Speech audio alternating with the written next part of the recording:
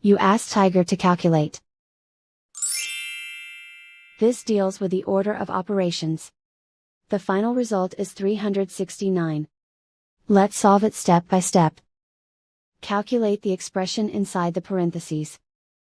Simplify exponents and square roots.